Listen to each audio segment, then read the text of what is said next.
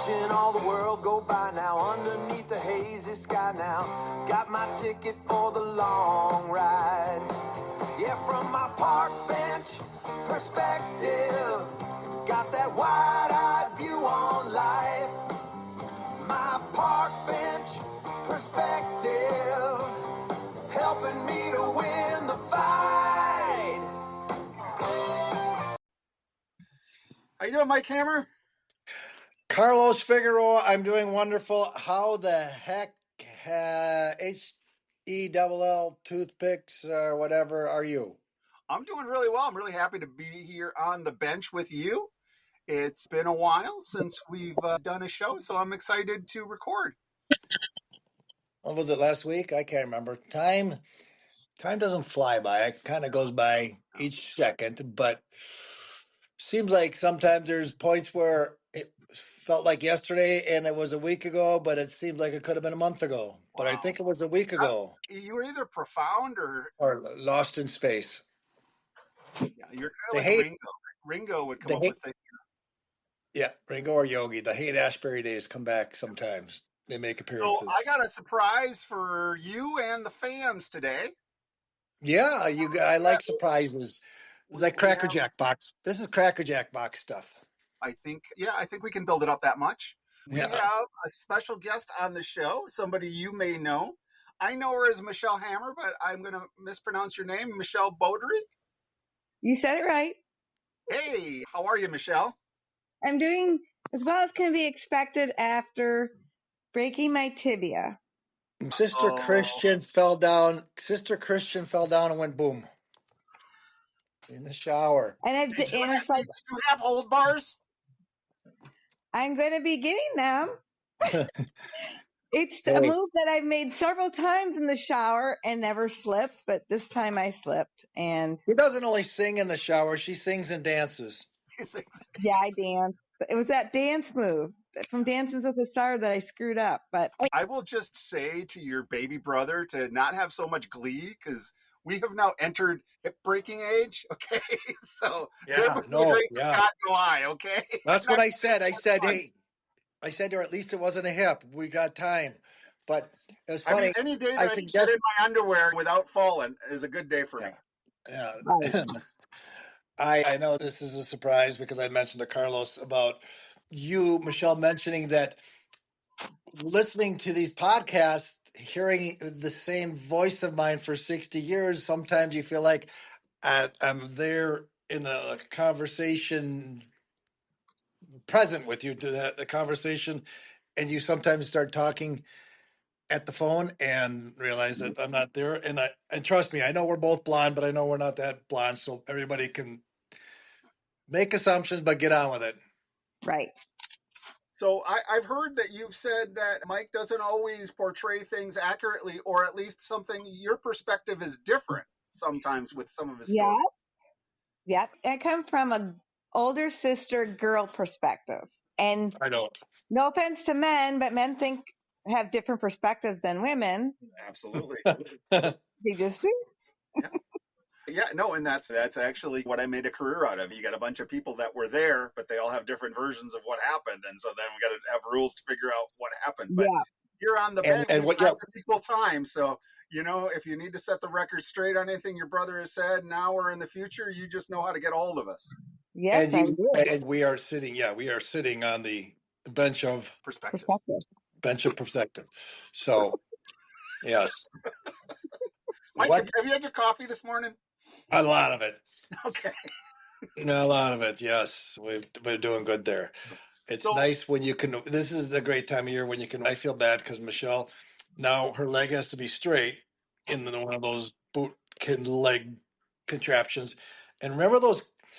We used to get the game where the field goal kicker had a straight leg and you banged him on the head. Yes, he had the thing on the head. That was the electronic football game that would shake. I don't know why I'm hand signals. Well, that one, but we also had the one that was like, it was about a 5-inch high figure, and you'd put the goalpost down. So remember my house, our house, and he would kick from the kitchen to mom's room.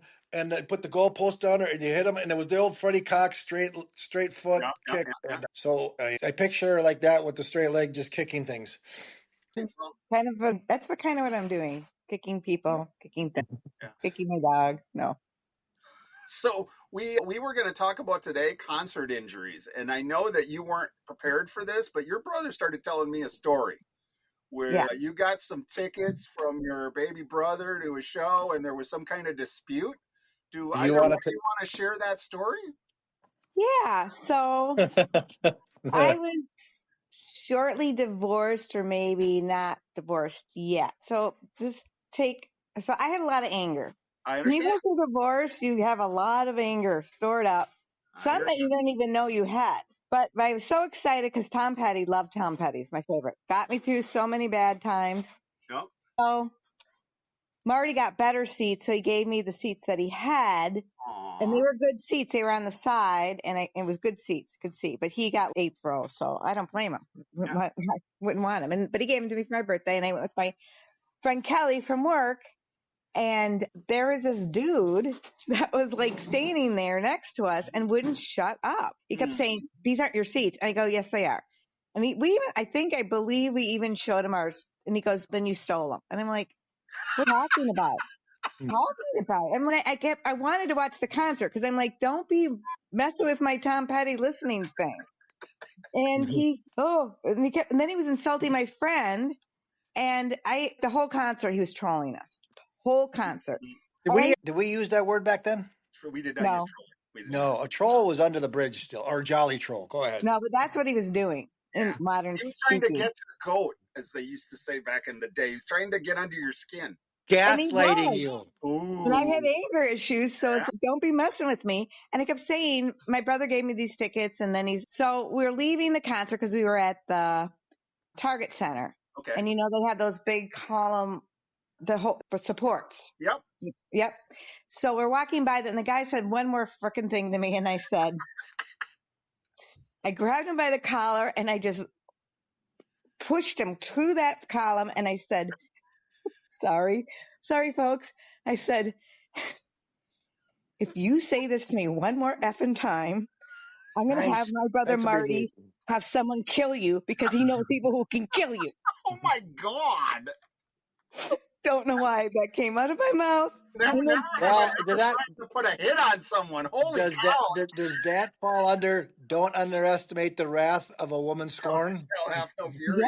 Yeah. Wow. I was so angry because he was trying to ruin my concert. And I don't know. So then I was meeting my little brother after the concert at Glick's downtown.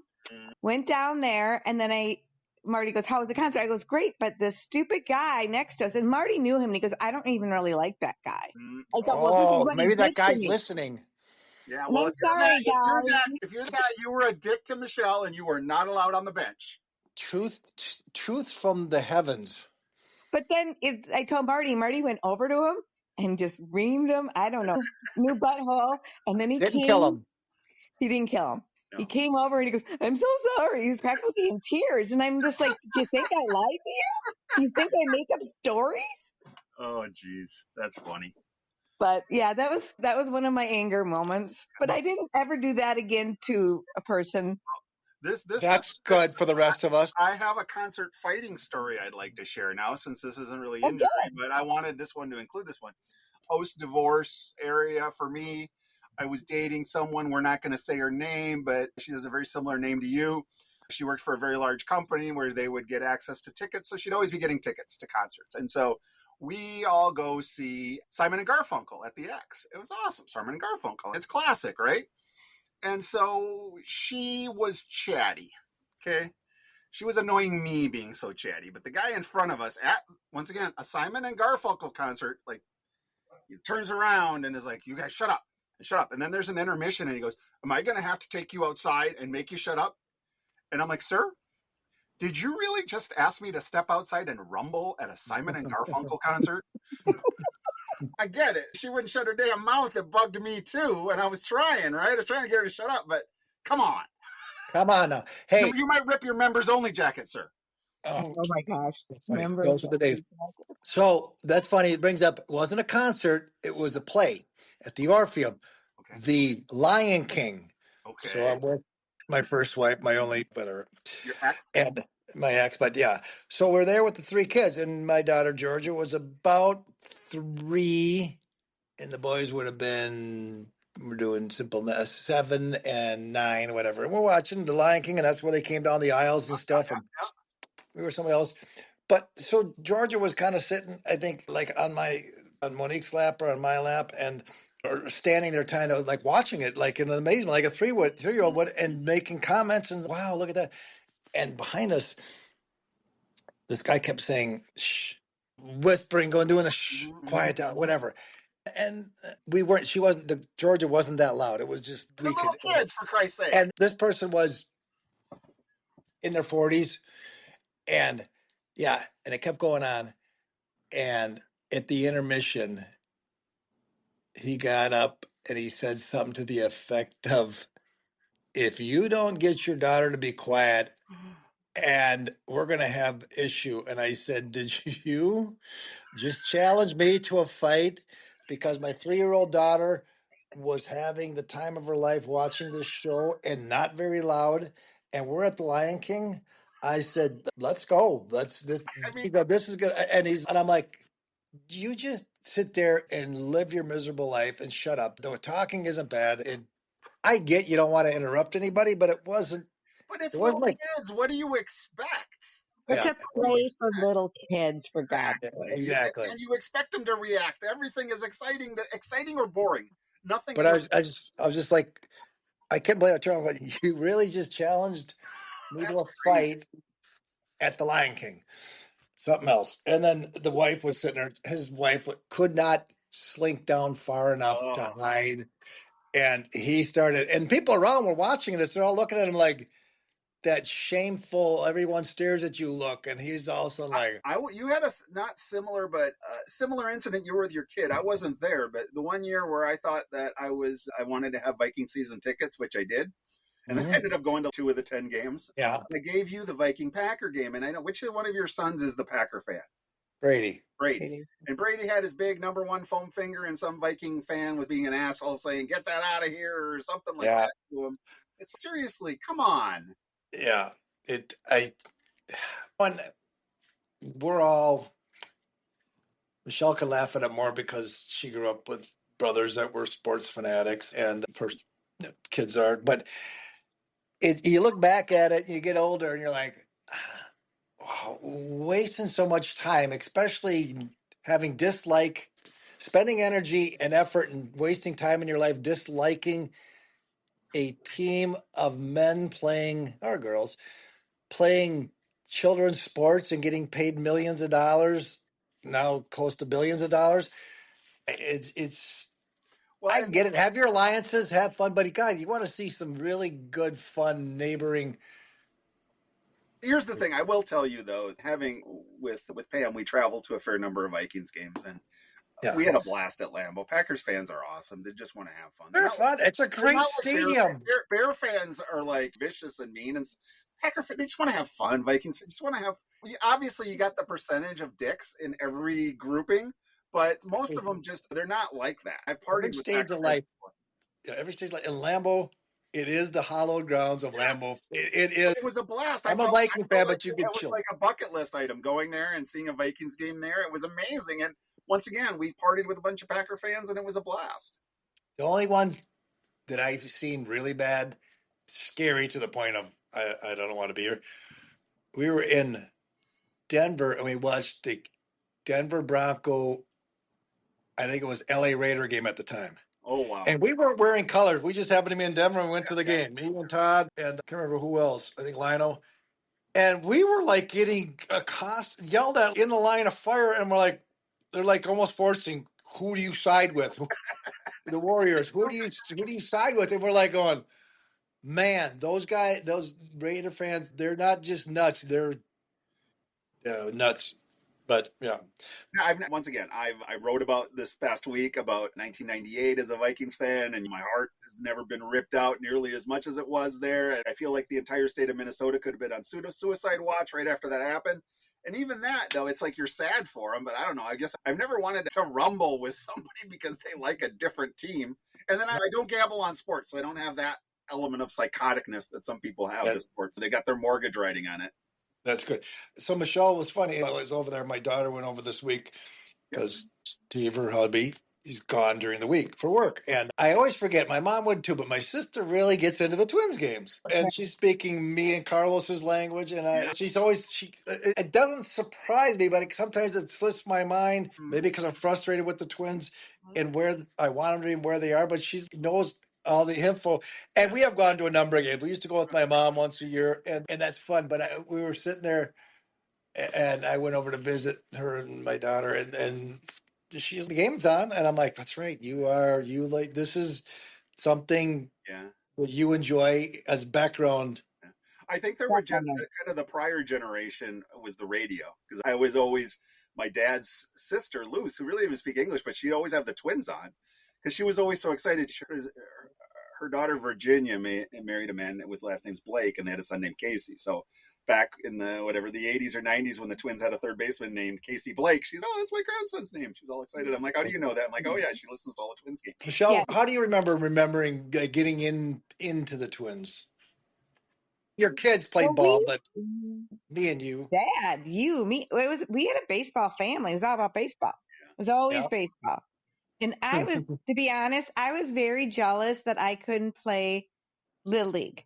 Yeah. Dad made me play softball, and yes, I was good at it. I don't care. I wanted to play Little League, and he goes, "No, that's not for girls." Yeah. And what girl got to play at your age? Teresa Harold played. Yeah, I was so mad. Dad would not let me. Kleiner played. Teresa Harold was really good, though. She was like in the majors. She was really good. Yeah. Teresa Harold was good. Yeah, I know. But too, yeah. Well, you know what? If you don't give people a chance, how do you know? Right? That's the problem with it. My dad said that's not for girls. You have to play softball. And so I was the pitcher, and I pitched some no-hitters. And Teresa Harold was on my team, too. Yeah. But yeah, she was better than me in other things like fielding and stuff. And Dad would always go, "Why aren't you like her? Why aren't you like her?" I'm like, "I'm pitching a no-hitter. What else do you want from me, old man?" I didn't say that to him at the time. But it was just like, and my dad had, back then, they had very strict rules what I could play and what I couldn't. Yeah. Like Georgia, Mike's daughter, was a lot luckier. Yeah. That she got to play. It was more acceptable for girls to do stuff. And even like when my boys were growing up, the same age, but even my older boys they had girls on their team. And I'd always look at those girls going, "Oh, I wish I could have been you." Yeah. You know what? It's more accepted. There actually is a professional women's baseball league that is starting in 2027. So that's exciting. Bringing that back. But I love baseball. The more people that play baseball, the better from my perspective. Go Isla Borders. Isla Borders. Here's one funny thing about baseball. So Georgia, Mike's daughter, asked me, "Why do you love baseball so much, Michelle? Especially the Twins lose." And I go, baseball is like a romantic sport. Yes. It's the romance of it. It's the smell of the grass. It's the crack of the bat. It's all the sounds and and if it's a beautiful day, it just makes it all better. And it's like baseball it's like a romantic sport. The other sports are like gladiator type stuff. Yeah. And then like, whatever. But baseball, there's something romantic about it. There is. I've always been kind of like the way Bob Costas is the one who talks about kind of the game, and the baseball has such a rich history, and it's played on a field. I get it. The pitch clock is good. It makes the game faster, but I always like the fact that baseball didn't have a clock. It ends when it ends. You know? Right. And but one of the things I've learned as I've gotten older is that you got to be careful about being romantic about stuff because it's a business. That's true. You get that down. I used to be very romantic about Apple computers, and I'm like, oh, they're for the rebels and this and that. I'm like, no, they're just a company that wants to get my money, and that's how they decided to market themselves. And I believe all the poetry and the pastoral stuff about baseball, but at the same time, when I'm like, I need 8 different streaming services to be able to watch it. But it's sad now because I was telling my niece this weekend about the 1987 and 91 World Series and how, oh my gosh, that was the funnest thing. And it was they were a young team that had no chance, but did beat all odds. And that, I think, kept me hooked on it. Yeah. And because everyone's, they're a losing team. And I'm like, I don't care. I can be fickle about it. I just said, Devil, just one championship, and I don't ever have to have anything again. Right. Yeah, Michelle, you're right about it's a 162 page book or chapter book. And if you didn't like today's chapter or today's romance, you can tune in tomorrow. There's another chapter of romance. But if you look at the Twins over the last 10, 12 years, they're one of the more regular season, consistent winning teams. Just like you go back in the Vikings over history, like top 3 regular season win percentage. It's just the Vikings are the best franchise never to win a Super Bowl by far. And if you go by wins percentage, by far they're the team that has won the most percentage and has never won a Super Bowl. We are a state of that old Charlie Brown and Lucy scene where the ball gets pulled away all the time. I mean, if you think about the era when 87 happened, Mondale had lost, Humphrey had lost, the Vikings had lost Super Bowls. We were all too damn young to remember the Lakers or the Gophers when they were good, right? All we knew was losing in the big game. Minnesota loses. And then 87 just took that monkey off the back. And now I realize we're now on the list of the city with all 4 franchises that's gone with the longest without winning a championship. I don't care. We got 87 and we got 91. Yeah, we had 90. We had 83. Like one of the most losingest years in baseball history, and we had Miller time. What was his first name? I mean, he was the manager.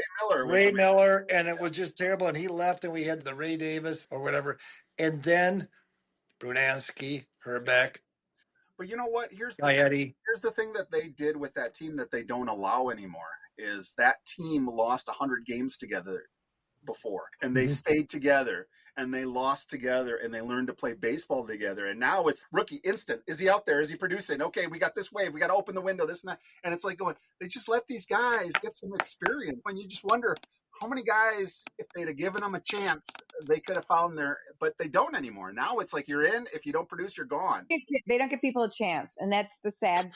Like I've always said about the team, it was a young team. Nobody thought they were going to go anywhere, but they just connected. So my son Hunter, he did the best in baseball, and he had a team that they put together, and they won a couple state champions, Gopher State and all that. They were the team. And I mean, it made me love baseball even more, watching these young kids, and they were a great team. But when they got to high school, they broke, probably 9th grade ball. They broke the team up, and they had won 3 years consecutively. It's like, what's going to give somebody else a chance, Michelle? So let's get some of the demographics out, because one of the things we're trying to do is expand out our who this show is for. And I realize you grew up in the same place as your brother did. Yeah. But you are you were a class of 82?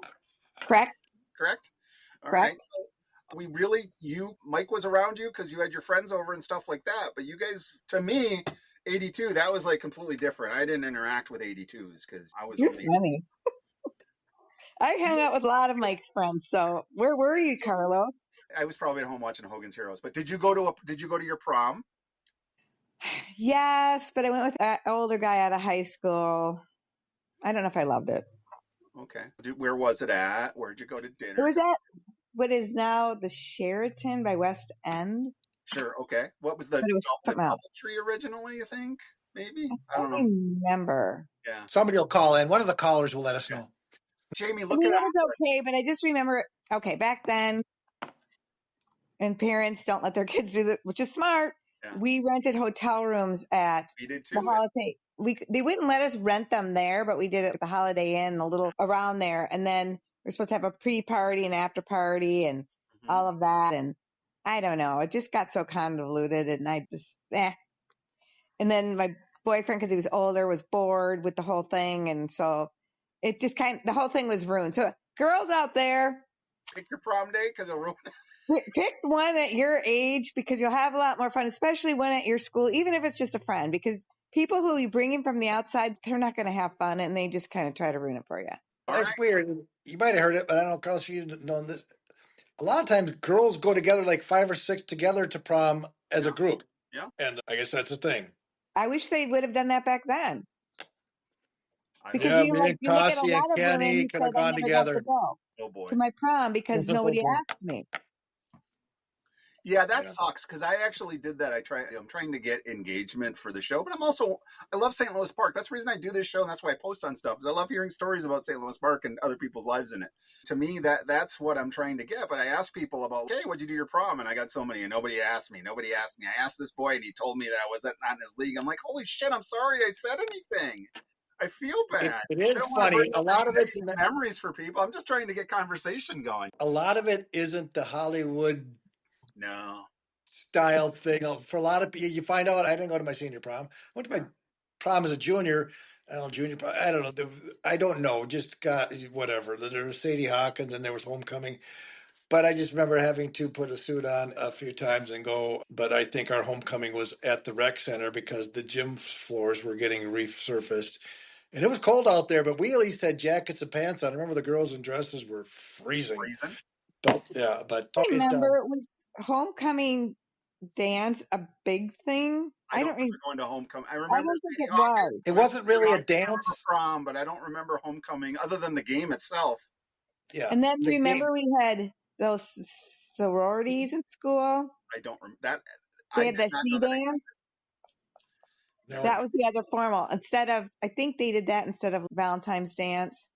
I went to one of those. But yeah, Sadie Hawkins was certainly more important than the homecoming dance. Sadie Hawkins wore the girl asked the boy, right? Yes, it is. Yes. Oh. Yeah, and I got in trouble. No. Because I was dating somebody and I didn't ask him yet. And these girls who liked him told me if I didn't ask him, they were going to. And I'm like, okay, we're dating. So I just figured we were going. But okay, I'll ask him formally. Interesting. Isn't that weird? Did he say yes? Oh, yeah, because we were dating. I wouldn't. You wouldn't have been. Weirder things have happened. I guarantee that. There's Is it weird? I was like, what's wrong with you people? I don't know. I guess because I grew up with brothers and I only birthed boys, I just think more. I'm a tomboy. I mean, it's not like I didn't like to dress up or all that stuff, but I thought more logically. So a lot of these girls and their stupid, sorry girls. Wow, going after your own. Letters to Michelle. That's Michelle. Like, why are you guys doing this? I felt like they were just twisting themselves in knots over silly things. That's what I thought. A lot of it. Boys do see black and white a lot clearer. You know what? It's actually a very famous scene from Sex and the City where the guy from Office Space, she's, wait a minute, he didn't ask me out, but he's been busy. He's been this and that. And he's just not that into you. Yeah. And he's like, it's like going, what? He's like going, yeah, if all that other stuff, if he was into you, he'd have called. So it's just, and they're like, oh, it blows my mind. We've been trying to read these tea leaves and clues for years and decades, and he's just not that into you. This is how I looked at it. I was having two of one of the other, and when they come out, they're different from the get-go. But how I notice it, and I'm thinking back on me and Carlos, you might say the same, and then looking back on girls, we ran into walls a lot longer into our ages. We were in our teens, maybe in 20, we kept running into walls. Girls at 8, 9, 10, they get running, they see a wall, they stop, and they go around the wall. But no, we run with our heads down right into the wall going, duh, and then we do it again. That's just then you start talking about the frontal lobe of the boy, and I'm like, no, we just don't care as much. Ex-wife number 2 was a high school teacher, and she says the two things that at 14 and 15, it's like the girls can't shut up and the boys can't keep their damn hands off each other. Screwing around and shit like that, and the girls just can't shut up. And she goes, it's just innate. And obviously you have people that differ from that, but as a general rule, that's the kind of stuff that happens as hormones are flooding our systems and our brains aren't quite ready to handle it all. So, Michelle, as we're getting towards the end here, now it wouldn't be nice if I didn't pick on you a little bit, because it wouldn't be me being your little brother. I'm your attorney. I'll protect you. All right. So what would you advise people to do if they had to sit at the beginning of summer with their legs straight, and what are you gonna okay, how about nicely, yes, it's the beginning of summer, yes, you've mentioned this sucks, but yes, you've mentioned, I don't know, look at it from a standpoint of it happened for a reason. I just can't figure it out yet or whatever. Maybe it's just a chance for me to sit back and watch others do stuff for me. Hard. What you're looking forward to is perfect for being on the bench and having perspective because you don't need to bend your knee. You're welcome on the bench anytime now that you got some time on your hands. I know. I have time on my hands. Yeah, it kind of sucks. I'm a lot like my brother. I'm a doer, not a sitter. Yeah. It's not like I don't like my downtime, but yeah, this is excruciating watching everybody do stuff for me. I'm like, I can't take it. And it's kind of funny. As a human, you think that you want people to wait in you hand and foot and bring you this. You're like, oh, wouldn't it be nice? Yeah. But when you get there, you're like, oh, this sucks. Yeah. Fun for a day or two. And then you're like, I don't want to do this anymore. But when you have a 6-week jail sentence, you're like, what am I going to do for 6 weeks? I guess I have all those shows I was supposed to watch. I'm going to have to watch them now. And I know I mentioned to you when I was young and had my motorcycle crash and was laid up, and it was only a couple of weeks, but it seemed at a younger age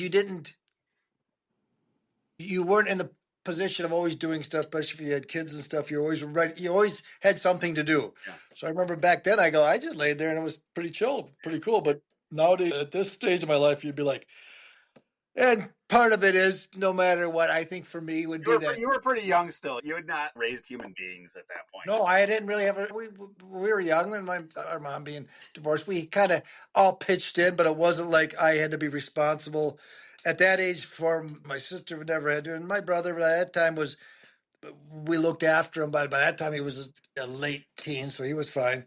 But I think we also too at our age kind of think of how would you not say this is not a doom or gloom. We are at the back nine of life, and we're like, I don't know if I have 20, 30, 40, 50 years, summers left.